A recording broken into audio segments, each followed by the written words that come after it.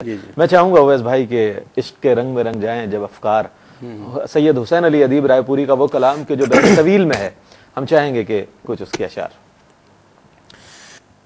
इश्क के रंग में रंग जाए जब अफकार तो खुलते हैं गुलामों पे वो असरार के रहते हैं वो तौसीफ व सनाए शगे अबरार में हर लहजा गो हर बार। क्या कहना।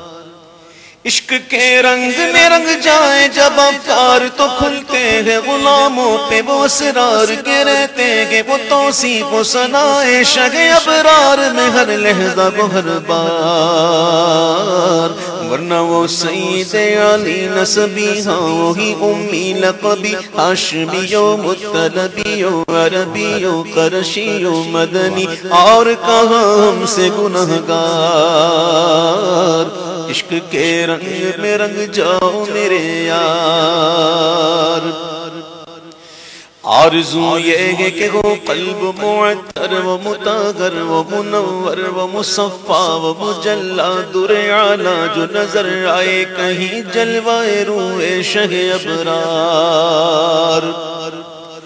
आरज़ू ये है कि वो क़ल्ब मुअत्तर व मुतागर व मुनव्वर व मुसफ़्फ़ा व मुजल्ला दुरे आला जो नजर आए कहीं जलवाए रूए शगे अबरार। जिनके कदमों की चमक चांद सितारों में नजर आए जिधर से वो गुजर जाए वही राह चमक जाए दमक जाए महक जाए बने रौनक गुलजार।